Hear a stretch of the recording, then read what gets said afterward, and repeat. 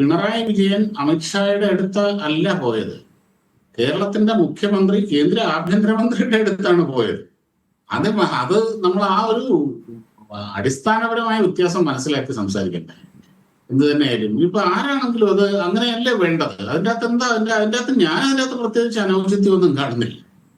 നമ്മൾ ഫേസ്ബുക്കിലും മറ്റുള്ള സമയത്ത് ട്രോളുമ്പോ പണ്ട് നിങ്ങളിങ്ങനെ പറഞ്ഞല്ലേ, നിങ്ങൾക്ക് അദ്ദേഹത്തിന്റെ സമീപത്ത് പോകേണ്ടി വന്നില്ലേ എന്നൊക്കെ പറയും എന്നുള്ളതല്ലാതെ ഇതൊരു തമാശയായിട്ട് ഞാൻ അതിനെ കാണുന്നുള്ളൂ. അങ്ങനെയുള്ള തന്നെ.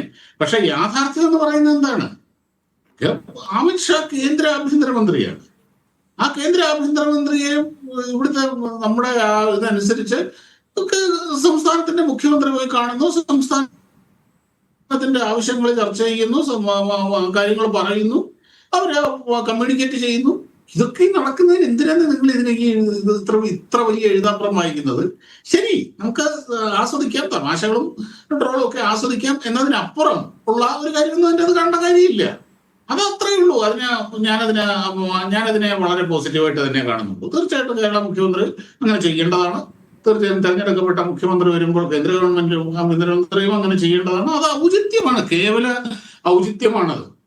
ജനാധിപത്യ രാജ്യമല്ലേ. ഈ രണ്ടും ജനങ്ങൾ തെരഞ്ഞെടുത്ത രണ്ട് ഭരണകൂടങ്ങളുടെ പ്രതിനിധികളല്ലേ. അപ്പോൾ തീർച്ചയായിട്ടും കാര്യങ്ങൾ മനസ്സിലാക്കി, കാര്യം ഇങ്ങനെ പോയാൽ ശരിയാവില്ല എന്ന് മനസ്സിലാക്കിയ ഒരു ഔചിത്യബോധം തീർച്ചയായിട്ടും കേരള സർക്കാരിന് ഉണ്ടായിട്ടുണ്ട്. അതിനനുസരിച്ചാണ് അവർ തീരുമാനം. ചിലപ്പോൾ അന്നേരം നയങ്ങൾ മാറ്റേണ്ടി വരും. ഇതുവരെ സ്വീകരിച്ചിരിക്കുന്ന നയങ്ങൾ ഞങ്ങൾ എന്താണ് അമ്മിക്കല്ല് പോലല്ല, അത് മാറ്റാൻ പറ്റില്ല എന്നുള്ളതല്ല. മാറ്റേണ്ട കാര്യങ്ങൾ മാറ്റേണ്ട സമയത്ത് മാറ്റണം. നയങ്ങൾ മാറ്റേണ്ടി വരും. ചിലപ്പോൾ ഇന്നലെ പറഞ്ഞതിനെതിരെ പറയേണ്ടി വരും.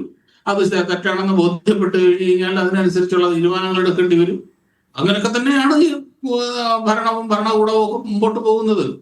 അങ്ങനെയൊക്കെ പോകുമ്പോൾ ഇടതു മുന്നണി അങ്ങനെ നയം മാറ്റിയത് ആദ്യമായിട്ടാണോ? ഒന്നുമല്ലല്ലോ. എന്തായിരുന്നു ഇവിടുത്തെ +2 പ്രൈവറ്റ് മേഖല +2 വരുന്നതിനോട് എന്തായിരുന്നു ഇടതു മുന്നണിയുടെ പ്രശ്നം? എന്തായിരുന്നു? പണ്ട് പ്രീ ഡിഗ്രി ബോർഡ് സമരമൊക്കെ നമുക്ക് ഓർമ്മയുണ്ട്. സ്വകാര്യ മേഖലയിലെ വിദ്യാഭ്യാസ സ്ഥാപനങ്ങൾ വരുന്നതിന് അവർക്ക് 5 രക്തസാക്ഷികൾ വരെ ഉണ്ടായതാണ്. അങ്ങനെ എന്തെല്ലാം കാര്യങ്ങൾ അവർ മാറ്റിയിട്ടുണ്ട്. കാലത്തിനനുസരിച്ച് കാര്യങ്ങൾ യാഥാർത്ഥ്യം ഉൾക്കൊള്ളുമ്പോൾ എല്ലാവർക്കും പലതും മാറ്റേണ്ടി വരും.